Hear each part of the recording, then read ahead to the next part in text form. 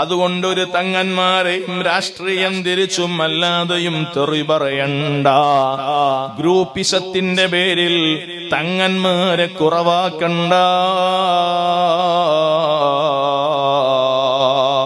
ഹബീബായ തങ്ങളുടെ മക്കളിൽ ഒരു മകന്റെയും അല്ലെങ്കിൽ ഒരു മകളുടെയും മനസ്സിൽ നമ്മളോട് വെറുപ്പ് സമ്പാദിക്കണ്ട.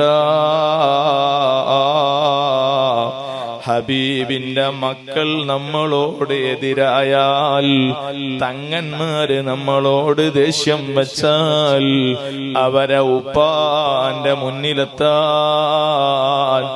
നമുക്ക് സാധ്യമല്ല. അതാണ് അഹ്ലുസുന്നത്തി വൽ ജമാഅത്തിന്റെയും അസുന്നികളുടെയും തമ്മിലുള്ള വ്യത്യാസങ്ങളിൽ ഇമാമുമാര് പറഞ്ഞ ഒരു പ്രധാനപ്പെട്ട